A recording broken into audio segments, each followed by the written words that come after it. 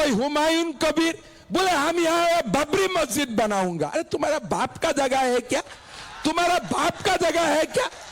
तुम आएगा और बोलेगा हम बाबर का मस्जिद बनाऊंगा, कोई बोलेगा मैं औरंगजेब का मस्जिद बनाऊंगा, कोई बोलेगा मैं शाहजहां का मस्जिद बनाऊंगा। अरे ये पश्चिम बंगाल है, ये रविंद्रनाथ ठाकुर का जमीन है, ये बाबर का जमीन नहीं है। ये तुम्हारा होता है ना, होता है कि नहीं होते हैं? कामाख्या मां में बोली होता है कि नहीं होते हैं? आप लोग देखा है ना, बीजेपी आने का बाद बोली बंद हो गया है क्या? बंद हुआ है क्या? अभी बोली होता है कि नहीं होता है? असम का लोग मांस मांस खाते हैं कि नहीं खाते हैं? असम में लोग मांस खाए कि ना खाए? तो ममता जी क्यों बोल रहे हैं बीजेपी आने से मांस मांस बंद हो जाएगा? ये क्यों बोल रहे हैं? बीजेपी आने का बाद असम में कोई मांस खाना बंद किया है क्या? कोई मांस खाना बंद किया है क्या? तो ममता जी क्यों झूठ बोल रहा है कि बीजेपी बंगाल में आने से ममता जी क्या बोल रहे हैं कि मांस मांस बंद हो जाएगा? तो मैं ममता जी को बोलता हूं कि आप असम आइए, आपको बहुत बढ़िया मटन और चिकन खिला दूंगा मैं, है ना? तो असम में 10 साल का बीजेपी का सरकार है, कोई दिन कोई लोग आपको बोला है क्या मांस मांस बंद हो गया है असम में? किसी ने बोला है कि कामाख्या मां में बलि बंद हो गया है? नहीं बोला है ना। लेकिन ममता जी क्यों बोल रहे हैं मांस मांस बंद हो जाएगा? मैं थोड़ा सोचा क्यों बोल रहा है कि इसलिए बीजेपी आने से जरूर पश्चिम बंगाल में गाय मांस बंद हो जाएगा, है ना? तो ममता जी बोल रहे हैं मांस बंद होगा, मांस बंद होगा, लेकिन मन में अंदर में वो बोल रहा है बीजेपी आने में गो मांस बंद हो जाएगा। गो मांस बंद होना चाहिए कि नहीं चाहिए? गो मांस बंद होना चाहिए कि नहीं चाहिए? बांग्लादेश तक गो मांस का जो तस्करी है ये बंद होना चाहिए कि नहीं होना चाहिए? चाहिए कि नहीं चाहिए? तो भाई और बहनों, बीजेपी आने से असम और बंगाल में जो गोमांस का व्यवसाय चल रहा है ना, जरूर हमें मिलके इसको बंद करना चाहिए। चाहिए कि नहीं चाहिए? पता नहीं टीएमसी का लोग कौन सा मांस खाते हैं, मेरा तो डाउट है ना? मेरा तो डाउट है। इसलिए हर दिन ये लोग बांग्लादेशी मुसलमान का तरफदारी करते रहते हैं। भाई और बहनों, आप लोग बोलिए, एक आदमी को एक शादी करना चाहिए कि 3 शादी करना चाहिए? एक शादी करना चाहिए कि 3 शादी करना चाहिए? एक शादी करना चाहिए ना? सचमुच आप लोग मानते हैं ना? तो बीजेपी सरकार जब अभी पश्चिम बंगाल में बनेगा और असम में भी हम लोग अभी नया कानून लेके आएगा, इसका नाम है यूनिफॉर्म सिविल कोड। एक आदमी एक ही शादी कर पाएगा, दूसरा शादी नहीं कर पाएगा, ठीक है ना? इसीलिए ममता जी हम लोग का ऊपर गर्म होते रहते हैं, भाई ये आने से तो गोमांस भी बंद कर देगा, ये आने से भी तो दूसरा शादी करने वाला फैक्ट्री भी बंद कर देगा, इसलिए ये नाराज होते हैं। बाकी क्यों इतना नाराज होते हैं? भाई और बहनों, हमें मिलके पश्चिम बंगाल में इस बार बीजेपी का सरकार लाना है। क्यों लाना है? आप लोग देखिए, मैं असम में बांग्लादेशी मुसलमान आना तो बंद कर दिया हूं, ठीक है? असम में मैं पूरा ताला लगा दिया हूं। अगर एक बांग्लादेशी आते हैं तो मैं लात मार के राढ़ी इसको भेज देता हूं, चलो तुम चले जाओ अपना जगह में। लेकिन मैं क्या करूं, असम का और मैं भगा देता हूं और ममता जी बांग्लादेशियों को पश्चिम बंगाल में दुल्हन जैसे बुला के लेके आते हैं, दुल्हन जैसे बुला के ले आते हैं। फायदा क्या होता है? कुछ भी फायदा नहीं होता है। धीरे धीरे असम और पश्चिम बंगाल में हिंदू कम होते चले जाएगा। अभी असम में हिंदू का संख्या पहले 80% थे, अभी 60% हो गया। पश्चिम बंगाल में 70% हुए थे। इस बार सेंसस में पश्चिम बंगाल में भी हिंदू का संख्या 7% तक कम। हिंदू संख्या दिने दिने घाट से और बांग्लादेशी मुसलमानों संख्या दिने दिने बढ़ से। अभी आप लोगों ने देखा है बांग्लादेश में हिंदू का ऊपर कितना अत्याचार हुआ, आप लोगों ने देखा था कि नहीं देखा था? टीवी में देखा था कि नहीं देखा था? क्या आप लोग चाहते हैं पश्चिम बंगाल में भी ऐसा हालत हो? आप लोग चाहते हैं असम में भी ऐसा हालत हो? लेकिन अगर टीएमसी और ममता बनर्जी रहे ना, 20 साल का अंदर हमारा हालत बांग्लादेश से भी ज्यादा खराब होने वाला है, ज्यादा खराब होने वाला है। ये ममता जी पश्चिम बंगाल और पूरा देश को बांग्लादेशी मुसलमान को बिक्री करके ही छोड़ेगा, तब तक वो शांत नहीं होगा। भाइयों और बहनों, हमें जिंदा रहना है कि नहीं है? हमें जिंदा रहना है कि नहीं है? अगर हमें जिंदा रहना है तो हमें टीएमसी को पॉलिटिकली मारना पड़ेगा। अगर टीएमसी पॉलिटिकली नहीं मरेगा तब तक हम लोग जिंदा नहीं रह पाएगा। भाइयों और बहनों, ये लोग क्या कर रहा है? तुष्टीकरण का राजनीति। बांग्लादेशी मियाদের সঙ্গে ওনার ভালোবাসা और আমাদের সঙ্গে ওনাদের শত্রু। আমি ওনাদের দুশ্মন और বাংলাদেশের মেয়েগুলো ওনার বন্ধু। এটাই ওরা নিয়ম।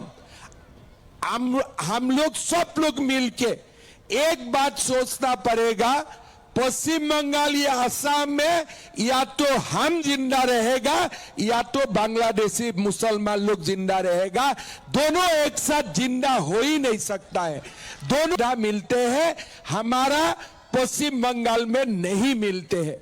असम में सरकारी कॉलेज में, यूनिवर्सिटी में जो बेटी पढ़ता है, हर बेटी को हम लोग हर महीना 2500 रुपया देता हूं खाली पढ़ने के लिए, और बेटा को हम लोग 2000 रुपया देता हूं। कितना देता हूं?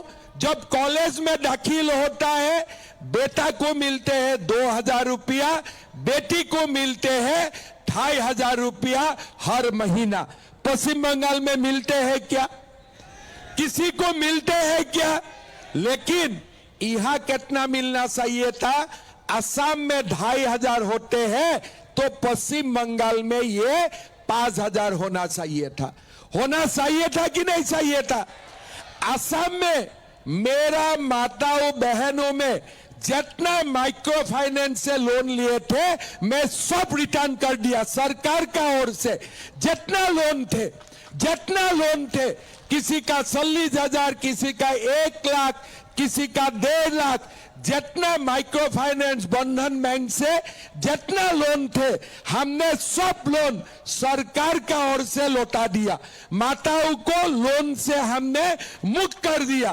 क्या ममता दी किया है ये काम? यहां में किया है। यहां में अभी बीजेपी क्या बोल रहा है कि आप लोगों का जितना माइक्रो फाइनेंस का लोन है 1 लाख रुपया तक नरेंद्र मोदी जी लौटाएगा, आप लोगों को लौटाना नहीं।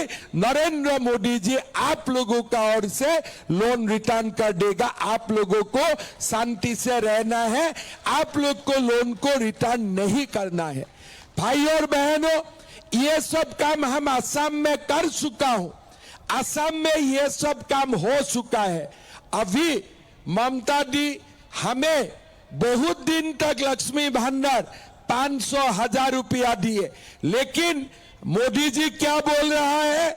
हमारा सरकार आएगा, हर माताओं को बैंक अकाउंट में 3000 रुपया मिलेगा। 3000 रुपया मिलेगा। कितना मिलेगा? कितना मिलेगा? थोड़ा जोर से बोलो। 3000 रुपया मिलेगा, जो ममता दी दे ही नहीं सकता है।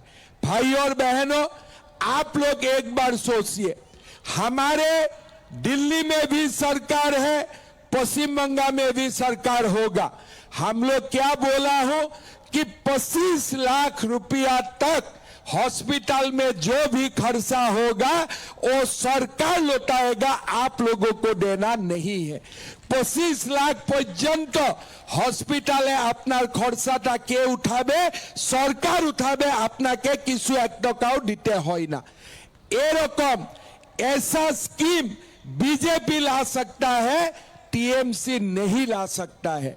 भाई और बहनों, आप लोगों को एक बात सोचना चाहिए कि अगर हमारा पश्चिम बंगाल में अगर टीएमसी का सरकार और एक बार आते हैं तो हमारा यहाँ में हिंदू कभी सुरक्षित नहीं रह सकता है, हिंदू कभी सुरक्षित नहीं रह सकता है। ये लोग क्या करता है, सभा में कौन आता है, इसको मारो इसको मारो। अरे खाली मार हिंदू को ही देना है क्या? खाली मारना पीटना हिंदू को ही करना है क्या?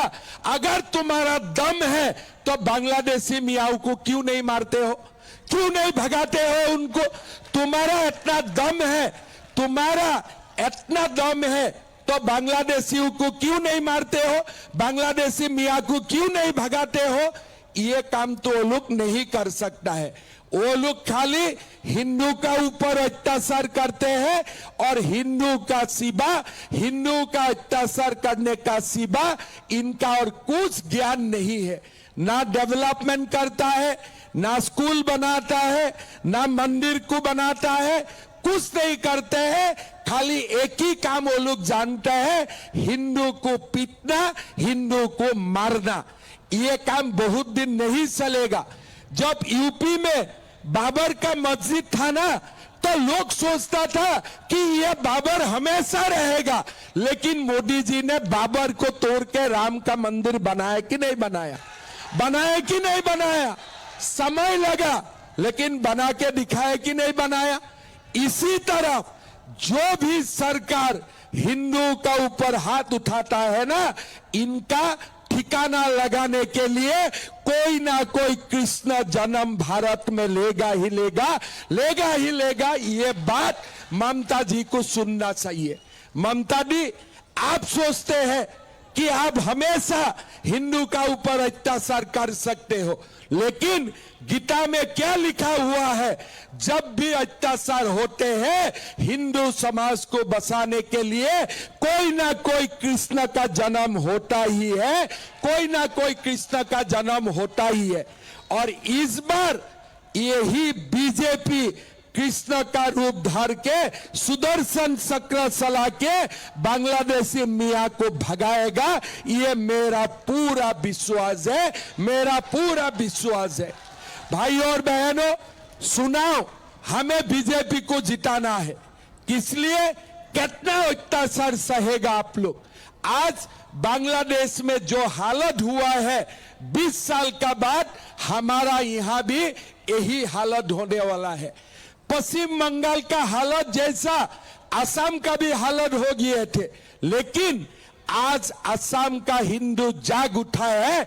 अभी हम लोगों को कुछ नहीं कर पा सकता है, लेकिन एक बार असम और पश्चिम बंगाल का हिंदू एक हो जाता है ना, ये बांग्लादेशी मुसलमान हमारा बाल भी बांका नहीं कर पाएगा, बाल भी बांका नहीं कर पाएगा। हमारा विश्वास है इस बार हमें बीजेपी को जिताना है। हमें देश का लोगों से हमारा कोई तकलीफ नहीं है, लेकिन आज बांग्लादेशी मुसलमान आके हमारा समाज में हिंदू को माइनॉरिटी बना रहा है, हिंदू संस्कृति को खत्म कर रहा है। आज आप देखिए, कहीं से आ गया कोई हुमायूं कबीर, बोले हम यहाँ बाबरी मस्जिद बनाऊंगा। अरे तुम्हारा बाप का जगह है क्या? तुम्हारा बाप का जगह है क्या? तुम आएगा और बोलेगा हम बाबर का मस्जिद बनाऊंगा, कोई बोलेगा मैं औरंगजेब का मस्जिद बनाऊंगा, कोई बोलेगा मैं शाहजहां का मस्जिद बनाऊंगा। अरे ये पश्चिम बंगाल है, ये रविंद्रनाथ ठाकुर का जमीन है, ये बाबर का जमीन नहीं है, ये तुम्हारा बाप का जमीन नहीं है। लेकिन ममता दी का कारण कोई लफंगा भी आके बोल सकता है कि हम बाबर का मस्जिद बना दूंगा।